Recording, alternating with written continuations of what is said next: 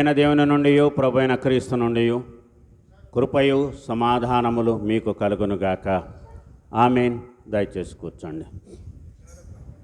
ప్రభునందు ప్రియులారా, ప్రియ దేవుని సంగమా, ప్రభు అయిన యేసుక్రీస్తు నామమున మీకందరికీ అడ్వెంట్లోని మొదటి ఆదివారపు శుభములను తెలియజేస్తూ ఉన్నాను.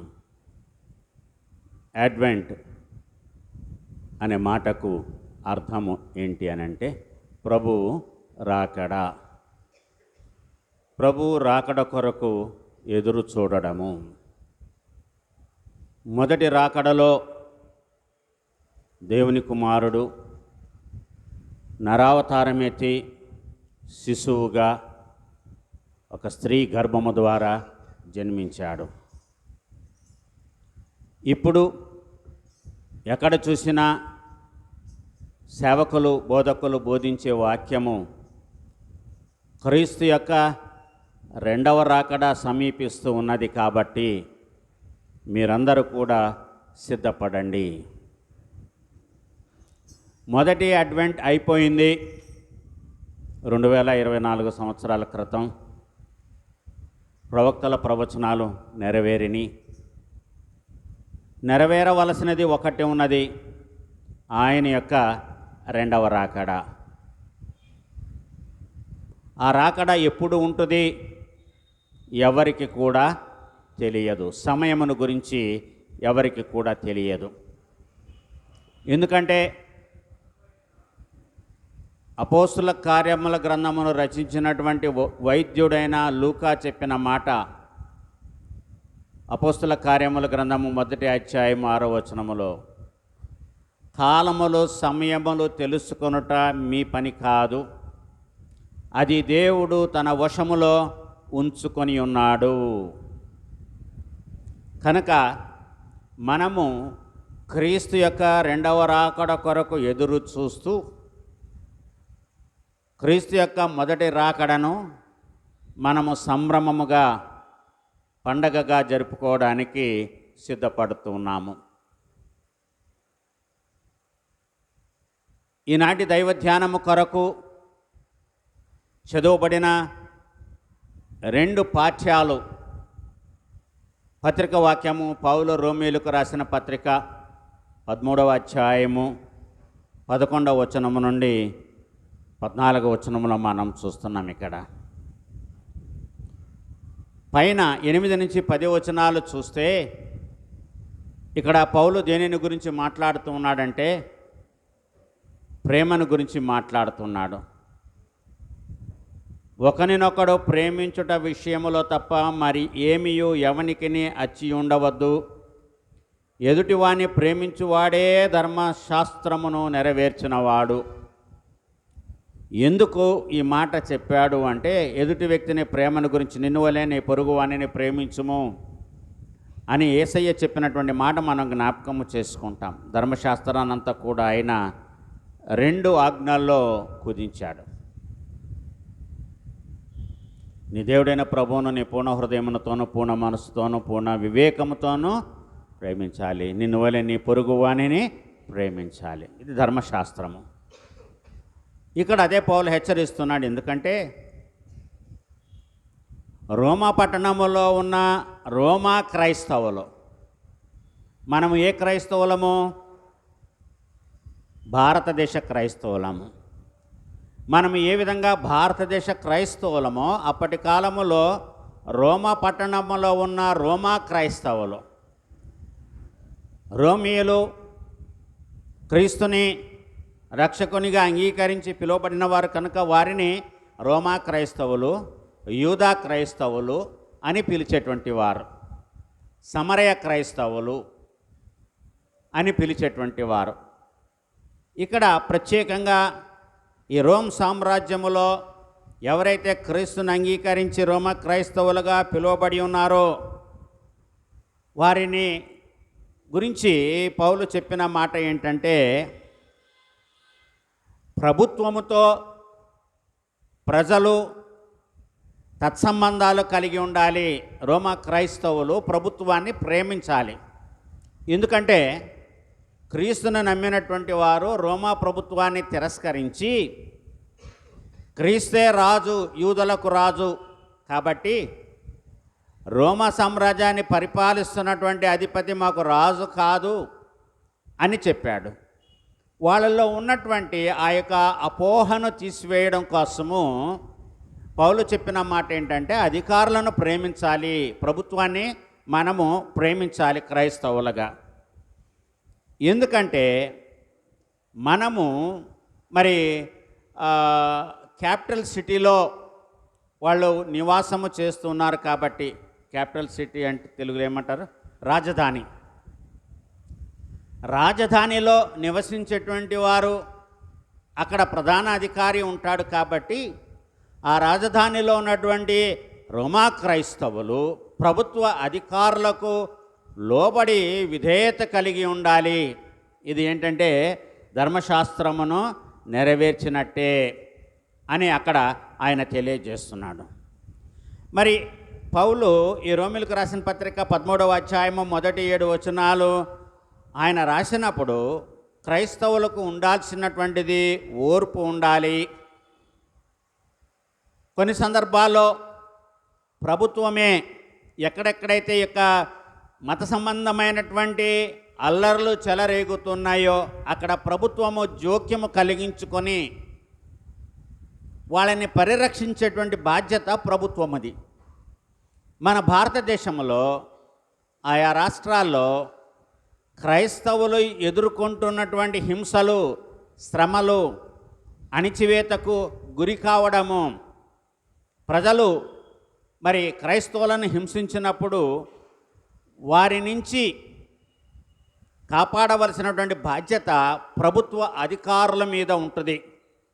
కొన్ని సందర్భాల్లో మతపరమైనటువంటి ఘర్షణలు చెలరేగినప్పుడు భారతదేశంలో క్రైస్తవులు వాళ్ళు హతసాక్షులు అవుతుంటే, చంపబడుతూ ఉంటే కొన్ని సందర్భాల్లో ప్రభుత్వము పట్టించుకోకుండా ఉన్నటువంటి పరిస్థితులు కూడా మనము చరిత్రను తిరగవేసి చూస్తే అక్కడ మనకు కనబడుతున్నది.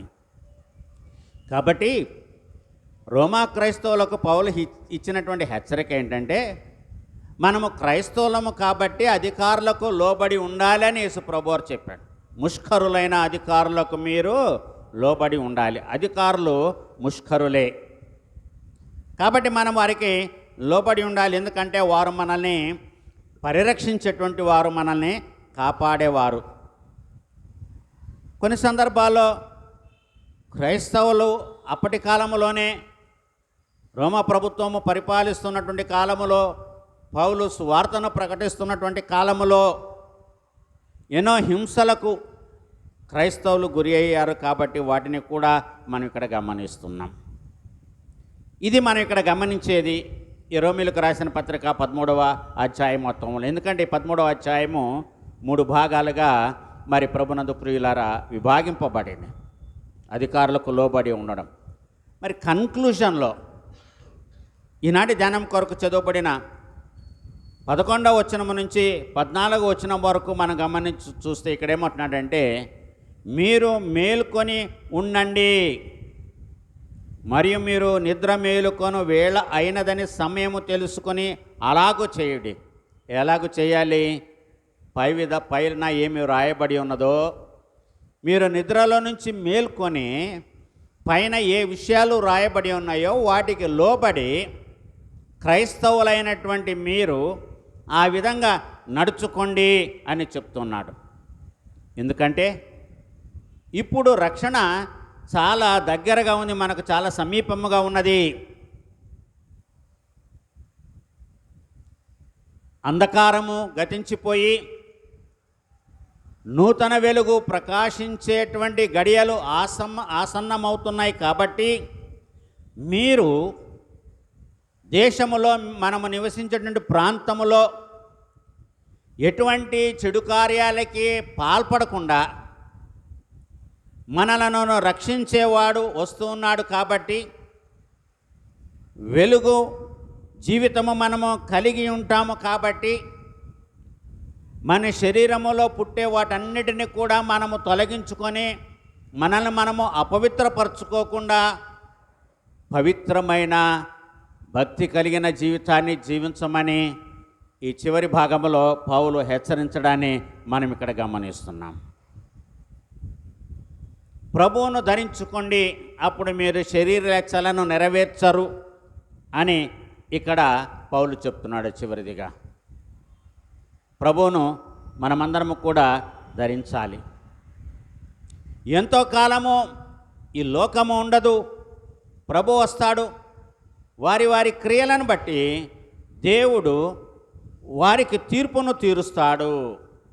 కాబట్టి మీరు అంధకార సంబంధమైనటువంటి క్రియలను విడిచిపెట్టండి, జాగరూకులై ఉండండి అనేటువంటి ఒక పిలుపుని ఇక్కడ పౌలు ఇస్తున్నాడు. చదువుకున్న సువార్త వాక్యములో మత్తయి సువార్త 21వ అధ్యాయంలోని మొదటి 9 వచనాల్లో ఇది మట్టలాదివారం చదువుకోవలసినటువంటి వాక్యము కదా, అడ్వెంట్ కాలంలో మనం ఎందుకు ఈ వాక్యాన్ని ధ్యానించాలి? ఎంతమందికి డౌట్ వచ్చింది? నిజంగా చేతులు ఎత్తండి. ఊరును ఎత్తకూడదు. 1 2 3 4 5 6 7 వెరీ గుడ్, 7గురికే వచ్చింది. 10 మంది స్వస్థలేరు కారా? ఆ 9గురు ఎక్కడా? ఇక్కడ 100 మంది ఉన్నారు, 9 మంది చేతులు ఎత్తారు. 91 మంది అంటే మేము ఆలోచించట్లేదు, గుడికి రావాలి, వచ్చాం, కూర్చున్నాం. మీరు చెప్పేది మీరు చెప్పండి, ఆలోచించాలి. ఇది అడ్వెంట్లోనే మొదటి ఆదివారము, యెరూషలేము ప్రవేశము ఎందుకు? మరి మట్టలాదివారం వాక్యం కదా, మనం చదవాలి. ఇది మట్టలాదివారము కాదే.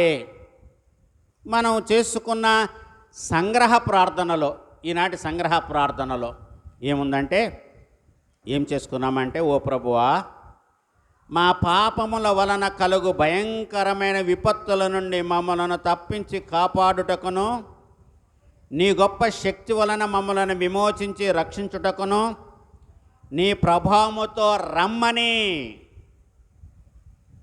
నీ ప్రభావముతో రా. ఆర్భాటముతోనూ ప్రధాన దూత శబ్దముతోనూ దేవుని బూరతోనూ పరలోకము నుండి ప్రభువు దిగివచ్చును. మొదటి తెస్సలోని పత్రిక 4వ అధ్యాయము 13 నుంచి 18 వచనాలు. ఎట్లాగొస్తాడు ఆయన? ఇక్కడ ఏమన్నాడంటే, నువ్వు దిగిరా. ఎలాగ రమ్మంటున్నాడు? నీ ప్రభావ మహిమతో. రెండవ రాకడ కొరకు ఎదురు చూస్తున్నాం మనం. ఆయన పసిబాలుడుగా పుట్టాడు, ఒక కన్యను ఎంచుకున్నాడు, ఒక పురుషునికి ప్రదానము చేయబడిన కన్యను ఎంచుకున్నాడు. వారికి పెళ్లి కాకముందే ఆపి దేవుడు ఈమె ద్వారా జరిగించాలి అనుకున్న కార్యాన్ని ఆయన నెరవేర్చుకున్నాడు. సో ఇప్పుడు ఏమంటున్నామంటే మనము, ఓ ప్రభువా, మా పాపముల వలన కలుగు భయంకరమైన విపత్తుల నుండి మమ్మలను తప్పించి కాపాడుటకును నీ గొప్ప శక్తి వలన మమ్మలను విమోచించి రక్షించుటకును నీ ప్రభావముతో రమ్మని తండ్రితోనూ పరిశుద్ధాత్మతోనూ సదా ఏకదేవుడవై యుగయుగములు జీవించుచు పరిపాలించుచుండు నిన్ను వేడుకొనుచున్నాము అని. రండి, ఆ విధంగా రా. ఏ విధంగా వచ్చాడు ఆయన? సాత్వికంగా వచ్చాడు. ఈ విధంగా రాల యెరూషలేములోనికి. చాలా జకర్య ప్రవక్త ప్రవచించినటువంటి మాటలు జకర్య గ్రంథము 9వ అధ్యాయములు, ఇదిగో నీ రాజు సాత్వికుడును దీన మనస్సును గలవాడై గార్దాపు పిల్లని ఎక్కి వచ్చుచున్నాడు. ప్రభునందు ప్రియులారా, మనము ఈ వాక్యాన్ని మనం చదువుకుంటాము ఎప్పుడంటే మరి మట్టలాదివారం రోజున. ప్రవచనం నెరవేర్పు జరిగిపోయింది. ఆ నెరవేర్పుని మనము ఈ రోజున ఈ మత్తయి సువార్త 21వ అధ్యాయంలో ప్రభునందు ప్రియులారా మనం మరొకసారి మన జ్ఞాపకం చేసుకుంటాం. ఎఫ్రాయిములో రథములుండక నేను చేసేదను, యెరూషలేములో గుర్రములు లేకుండా చేసేదను, యుద్ధపు విల్లు లేకుండా పోవును, నీ రాజు సమాధాన వార్త అన్యజనులకు తెలియచేయును, సముద్రము నుండి సముద్రము వరకు, యూఫ్రటీస్ నది మొదలుకొని భూదిగంతముల వరకు అతడు ఏలును. సో ఆయన యొక్క పరిపాలన ఏ విధముగా ఉంటుందో, ఆయన భుజముల మీద ఉన్నటువంటి రాజ్యభారము ఆ యెషయా గ్రంథములో మనం జ్ఞాపకము చేసుకునేది. ఆయన భుజము మీద రాజ్యభారం ఉండును. ఆ రాజ్యభారాన్ని ఆయన ఏ విధంగా తన రాజ్యాన్ని పరిపాలిస్తాడో జకర్యా గ్రంథము 9వ అధ్యాయము 10-11 వచనంలో మనం చూస్తున్నాం. రథములు ఉండకుండా నేను చేసేదను, యెరూషలేములో గుర్రములు లేకుండా చేసేదను, యుద్ధపు విల్లు లేకుండా పోవును, నీ రాజు సమాధాన వార్త అన్యజనులకు తెలియచేయును భూదిగంతముల నుండి. ప్రభునందు ప్రియులారా, అందుకనే ఆయన భారవాహకమెక్కి సియోను కన్య సంభ్రమపడుచు వేయుము కేకల్. సియోను కన్యా సంభ్రమపడుచు వేయుము కేకల్. పాయాక నీ రాజు భారవాహకమెక్కి మాలా స్తోత్రములతో బయలుదేరి వచ్చే. సియోను కన్యా సంభ్రమపడుచు వేయుము కేకల్. హెబ్రాయిలోనో నీ రాజు పేరు యోధుల రాజు. హెబ్రియా జనులను అబ్రాము కొడుకులను విభవాదేశము చేర్చు శుభరాజు ఈతండే. సియోను కన్యా సంభ్రమపడుచు వేయుము కేకల్. ఊర్వీరోమాలో నీ రాజు పేరు యోధుల రాజే. సర్వరాష్ట్రీకులకు పూర్వపితరులతోను వరసింహాసనమిచ్చు వరదేశ దిపుడితడు. సియోను కన్యా సంభ్రమపడుచు వేయుము కేకల్. ఆయన సిలువ వేయబడకముందు చివరిసారిగా యెరూషలేముకు చేసినటువంటి ప్రయాణము. ఒకరోజు అన్నాడు, ఇక నీ ముఖాన్ని నేను తిరిగి చూడను. ఎప్పటి వరకు? దావీదు కుమారునికి జయము అని మీరు పలికే వరకు నేను యెరూషలేము ముఖాన్నే చూడను, యెరూషలేములోనికి నేను అడుగే పెట్టను. ఈ మాట అన్నావు కదా, మీ ఇంటి వైపు కూడా నేను రాను చూడు. మనం ఛాలెంజ్లు చేస్తాముగా, మీ ఇంటి మొహం కూడా చూడను, మీ గడప కూడా తొక్కను. ఆయన కూడా మనిషి కుమారుడు కదా, నేను రాను. నా విలువను మీరు తెలుసుకునే వరకు, మీరు దావీదు కుమారునికి జయము ప్రభు పేరిట వచ్చువాడు స్తుతింపబడునుగాక అని అనే వరకు మళ్ళీ నేను యెరూషలేములోనికి అడుగు పెట్టను. చాలా పౌరుషంతో చెప్పాడు యేసయ్య. ఆయన పౌరుషము నెగ్గింది. మనం కూడా పౌరుషాలు నెగ్గించుకుంటాంగా. పోనీలే, మనోడే కదా, వెళ్దాంలే, ఎంతైనా మనోడే కదా, మనం వెళ్ళాలి. మనం కాకపోతే ఎవరు వెళ్తాము? కొంతమంది నువ్వు వెళ్తే వెళ్ళు, నేను రాను. యేసయ్య వెళ్ళలా. ఎందుకంటే అది చివరి ప్రయాణం అయి ఉండాలి. యేసయ్య యెరూషలేమునకు వెళితే అది చివరి ప్రయాణం అయి ఉండాలి, అది నెరవేరాలి. మత్తయి సువార్త 21వ అధ్యాయంలో రాయబడినటువంటి వాక్యము నెరవేరాలి. జకర్యా గ్రంథము 9వ అధ్యాయము 9వ వచనములో చెప్పినటువంటి మాట 10వ వచనం చెప్పిన మాట నెరవేరాలి. అంటే ఆయన తగ్గించుకొని వెళ్ళకూడదు. మీరు నన్ను విజయోత్సాహంతోనే నన్ను ఆహ్వానిస్తే కానీ నేను రాను, నేను కాదు మీరే నన్ను ఆహ్వానిస్తారు. గార్ధాబమునెక్కి భారవాహకం ఎక్కి ఆయన వస్తాడు.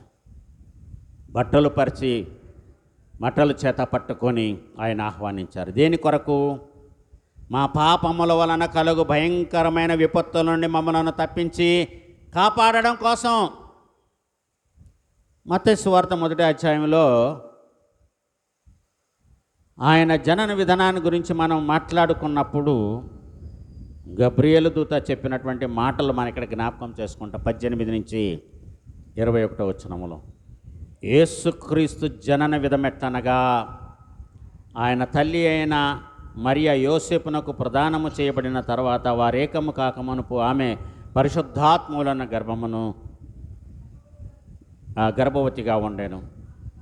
ఆమె భర్త అయిన యోసేపు నీతిమంతుడై ఉండి ఆమెను అవమానపరచునల్లక రహస్యముగా ఆమెను విడనాడ ఉద్దేశించను. అప్పుడు అతడు ఈ సంగతులను గురించి ఆలోచించుకొనుచుండగా ప్రభుదూత స్వప్నమందు అతనికి ప్రత్యక్షమై, దావీదు కుమారుడవైన యోసేపు, నీ భార్య అయిన మరియను చేర్చుకొనుటకు భయపడకము. ఆమె గర్భము ధరించినది పరిశుద్ధాత్మూలన కలిగినది. ఆమె యొక్క కుమారుని కనను, తన ప్రజలను వారి పాపముల నుండి ఆయనే రక్షించును. ఇది తీము, ఇది నెరవేర్పు. ఆమె యొక్క కుమారుని కనను, తన ప్రజలను వారి పాపముల నుండి ఆయనే రక్షించును గనుక ఆయనకు యేసు అను పేరు పెట్టుదు. పాపములను రక్షించేవాడు. దావీదు కుమారుడైన యోసేపు, దావీదు కుమారుడైన క్రీస్తు. చూడండి, యోసేపు దావీదు వంశంలో నుంచి వచ్చాడు, దావీదు కుమారుడుగా పిలువబడ్డాడు. అదే వంశముల నుండి, ఆ గోత్రముల నుంచి యేసయ్య వచ్చాడు కాబట్టి యేసు ప్రభువారు కూడా దావీదు కుమారుడని పిలువబడ్డాడు. దావీదు కుమారునికి జయము, ప్రభు పేరట వచ్చువాడు స్తుతింపబడుగాక. యూదా గోత్రము. దేనికోసం ఆయన వచ్చాడో ఇక్కడ మనం చూస్తున్నాం. మా పాపముల వలన కలుగు భయంకరమైన విపత్తుల నుండి మమ్మల్ని తప్పించడానికి ఒక పోరాడే యోధుడు కావాలి. మా పాపములకు విమోచన కలగాలంటే మా తరపున పోరాడే ఒక యోధుడు కావాలి. ఆ పోరాటములో ఆయన వీరమరణం చెందాలి. వీరమరణము విజయమో వీరస్వర్గమో. అంతేగాని వెన్ను చూపి వెనక్కి వెళ్ళిపోకూడదు. విజయమో వీరస్వర్గమో, ఈ రెండిట్లో ఏదో ఒకటి జరగాలి. యేసు ప్రభువారు ఏది అధిగమించాడు?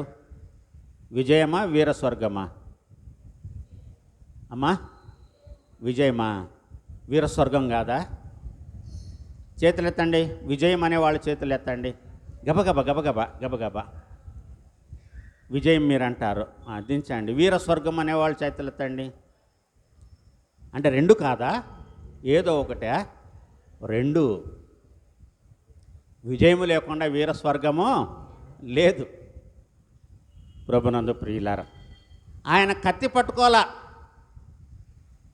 ఆయన గెలవడానికి యేసుప్రభు వారు కత్తి డాలు పట్టుకోలా.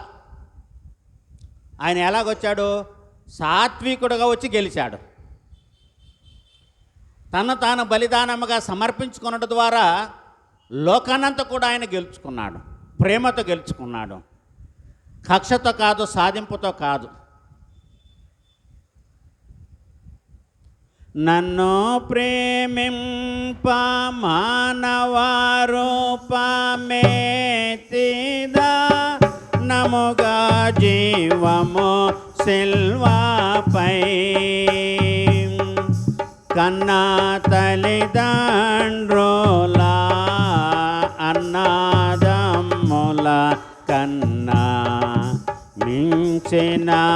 ప్రేమతో. ఇది నన్ను ప్రేమించినావు, పాపినైనా నన్ను ప్రేమించినావు.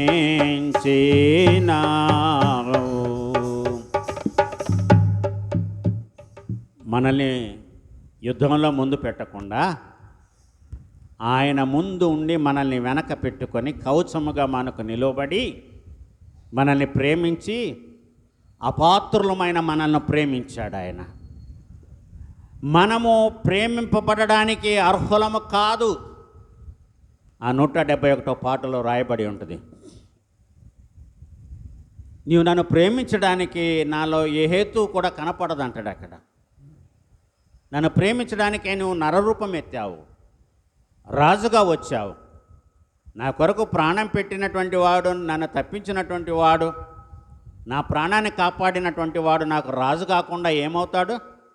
ఆ రాజే నా దేవుడు, యూదుల రాజు. ప్రభునందు ప్రియులారా, రాజు అంటే కేవలం ఎదుటి వ్యక్తిని చంపి రాజ్యాన్ని స్థాపించడం కాదు. యూదులకు రాజు అంటే అందరూ అది అనుకున్నాడు. జ్ఞానులు అందుకని హేరోదు దగ్గరికి వెళ్ళాడు. యూదులకు రాజుగా పుట్టినవాడు ఎక్కడా? మేము ఆయన నక్షత్రమును చూచి వచ్చాము. యూదులకు రాజుగా పుట్టినవాడు ఎక్కడా? వాళ్ళు అనుకున్నది ఒక్కటి. అందుకని అన్నాడు యెషయా గ్రంథంలో, నా తలంపులు మీ తలంపుల వంటివి కావు, మీ ఆలోచనలు నా ఆలోచనల వంటివి కావు. మీరు ఎక్కడో ప్యాలెస్లో నన్ను ఎదుగుతున్నారు. నేను అటు పుట్టడానికే స్థలం లేదు. నేను పుట్టడానికే స్థలం లేదు. ఈ భూమండలం మీద ఒక కన్య పరిశుద్ధాత్మలన గర్భము ధరింపబడి ఆయన బిడ్డను కనడానికి కూడా చోటు లేదు. అటువంటి దీనత్వము ఎవరు దానిని ఊహించలేదు, ఊహించి ఉండరు. అందరూ కూడా యూదులకు రాజు అంటే నక్షత్రం పుట్టింది కాబట్టి ఆయన ఎక్కడో ప్యాలెస్లో పుట్టుంటాడు. అక్కడికి వెళ్ళారు జ్ఞానులు, వాళ్ళ జ్ఞానం అంతవరకే. గొల్లల యొక్క ఎదురు చూపులు వాళ్ళని పశుపాక దగ్గరికి తీసుకువెళ్ళింది. అందుకనే గొల్లలు యేసు ప్రభువాన్ని దర్శించుకోవడానికి, జ్ఞానులు యేసు ప్రభువాన్ని దర్శించుకోవడానికి మధ్యన దగ్గర 2.5-3 సంవత్సరాల వ్యవధి ఉంది. గొల్లలే ముందు ప్రభువుని దర్శించుకున్నారు, జ్ఞానులు కాదు. ప్రభునందు ప్రియులారా, మనం నాటకం ఆడేటప్పుడు అందరినీ ఒకేసారి మనం తీసుకువస్తాం, అంటే కుదించి చూపించేస్తాం వీళ్ళు వచ్చారు అనేసి. ఆయన కత్తి పట్టుకొని రాలా, డాలు పట్టుకొని రాలా, గుర్రం మీద రాలా, రథం మీద రాలా. అదే చెప్పాడు ఆయన. జకర్యా ప్రవక్త చెప్పినటువంటి మాట, ఎఫ్రాయిములో రథములు ఉండకుండా నేను చేసేదను, యెరూషలేములో గుర్రములు లేకుండా చేసేదను, యుద్ధపు విల్లు లేకుండా పోవును, నీ రాజు సమాధాన వార్త అన్యజనులకు తెలియచేయును. సో భూదిగంతముల వరకు ఆయనను గురించినటువంటి వార్త వ్యాపిస్తుంది. ఆయన వచ్చింది సాత్వికముతో వచ్చాడు. సాత్వికులైన వారు ధన్యులు, వారు భూలోకాన్ని స్వతంత్రించుకుంటారు. ఆయన భూలోకాన్ని స్వతంత్రించుకున్నాడు తన ప్రాణాలను బలిగా అర్పించడం ద్వారా. మనకు విడుదల, విమోచన కలుగజేయటం ద్వారా. ప్రభునందు ప్రియులారా, మనం ఇక్కడ గమనించాలి. అదే ఈనాటి సంగ్రహ ప్రార్థన. మనం ఎంత ధన్యులము, ఎంత అదృష్టవంతులము మనము, ఎంత గొప్ప భాగ్యాన్ని దేవుడు ఆ 2024 సంవత్సరాల క్రితము ఇచ్చి ఇప్పటి వరకు, లోకం ఉన్నంత వరకు మన పాపములను క్షమిస్తూ సకల దుర్నీతిని మనలను పవిత్రపరచడం కోసం లోకము నిలిచున్నంత వరకు ఒక్కసారే తను తాను బలిగా అర్పించుకున్నాడు అంటాడు హెబ్రీయులకు రాసిన పత్రికలో. లోకము ఉన్నంత వరకు ఒక్కసారే తను తాను బలిగా అర్పించుకున్నాడు ఆయన.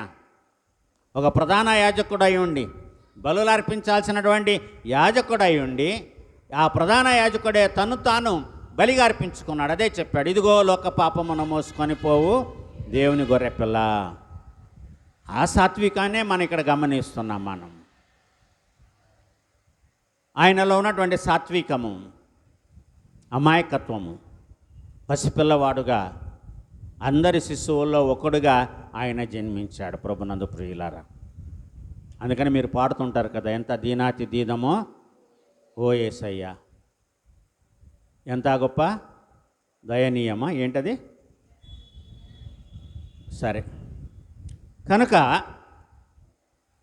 రోమా సామ్రాజ్యములో ఉన్నటువంటి క్రైస్తవులు ఎవరైతే ఉన్నారో వాళ్ళలో కలగవలసినటువంటి మార్పు, చెందవలసినటువంటి మార్పును గురించి ఇక్కడ పౌలు చెప్తూ ఉన్నాడు. కాబట్టే మరి ఈ వాక్యాలను మనం ఇక్కడ ఈనాడు మనం చదువుకున్న 13వ అధ్యాయంలోని 11వ వచనం నుంచి 14వ వచనం వరకు, నిద్ర మేలుకొను వేళ అయినదని సమయము తెలుసుకొని అలాగు చేయుడి, పై అధికారులకు లోబడి ఉండాలి, ఒకరినొకడు ప్రేమించాలి.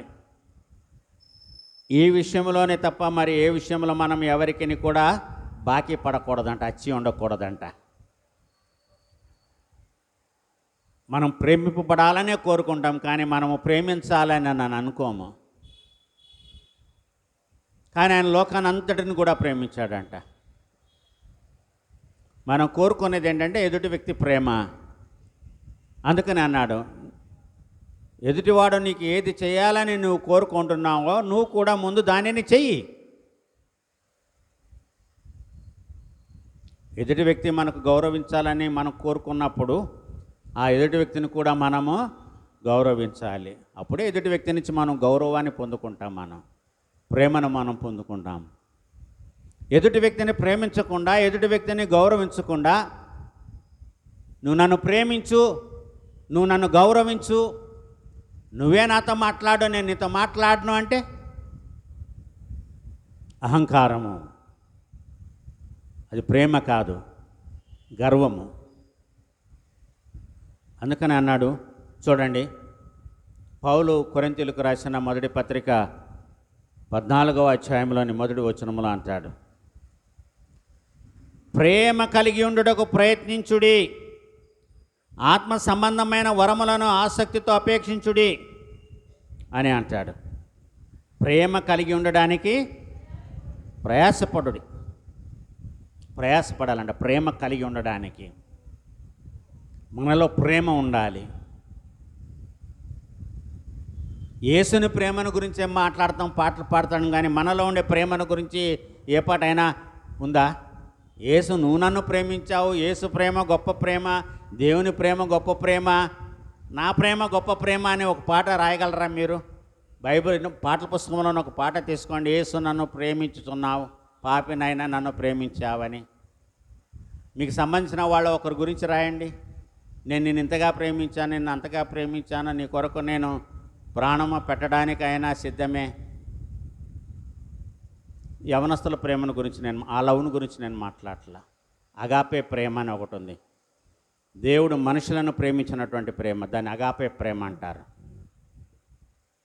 శారీరక సంబంధమైన ప్రేమ ఒకటి, భార్యాభర్తల ప్రేమ ఒకటి, తల్లిదండ్రుల బిడ్డ ప్రేమ ఒకటి,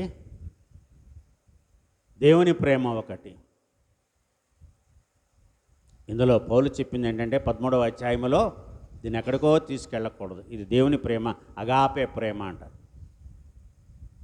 ఆ ప్రేమను గురించి మాట్లాడుతూ పౌలు చెప్పాడు, అందరితో ప్రేమ కలిగి ఉండాలి. You should love one another. ఒకరినొకడు ప్రేమించుట విషయంలో తప్ప మరేమి ఎవరికి బాకీ పడకండి, ప్రేమించండి. మీరు ప్రేమిస్తే ఎదుటి వ్యక్తి మీకు రుణపడి ఉన్నట్టే. మిమ్మల్ని ప్రేమించే వారినే ప్రేమిస్తే మీకేమీ లాభము? అనిలు కూడా ఆ విధంగా చేస్తున్నారు. మిమ్మల్ని ప్రేమించని వారిని మీరు ప్రేమించండి, మిమ్మల్ని ద్వేషించే వారిని మీరు ప్రేమించండి. ఇది యేసయ్య చెప్పినటువంటి మాటలు. ఈనాడు వాక్యము కూడా అదే. అందుకని ఆయన వచ్చాడు ఈ లోకానికి, సాత్వికుడుగా దీన మనసు కలిగి తగ్గింపుతో వచ్చాడు. ఆ సమయంలో దేవుడు యుద్ధాలు లేకుండా చేశాడు. యేసు ప్రభువారు ఉన్నప్పుడు యుద్ధాలు లేవు. యేసు ప్రభువారి కాలంలో యుద్ధాలు లేవు. సొలొమోను పరిపాలించినటువంటి 40 సంవత్సరాల కాలంలో ఎక్కడ కూడా యుద్ధాలు లేవు, నిమ్మళంగా ఉంది. ఇశ్రాయేల్ సామ్రాజ్యం, యూదా సామ్రాజ్యము సమాధానంగా ఉంది. అది ఆ వైభవము వేరు, క్రీస్తు వైభవము వేరు. ఆ వైభవముతో జీవిస్తూ మరొకసారి మనల్ని మనము శుద్ధీకరించుకొని పాప విమోచన కొరకు, రక్షణ కొరకు సిద్ధపడడానికి దైవకృప మనకు తోడుగా ఉండునుగాక. ఆమేన్. సమస్త జ్ఞానమునకు మించిన దేవునికి సమాధానము యేసుక్రీస్తులైన మీ హృదయములకు, మీ తలంపులకు కావలి ఉండునుగాక. ఆమేన్.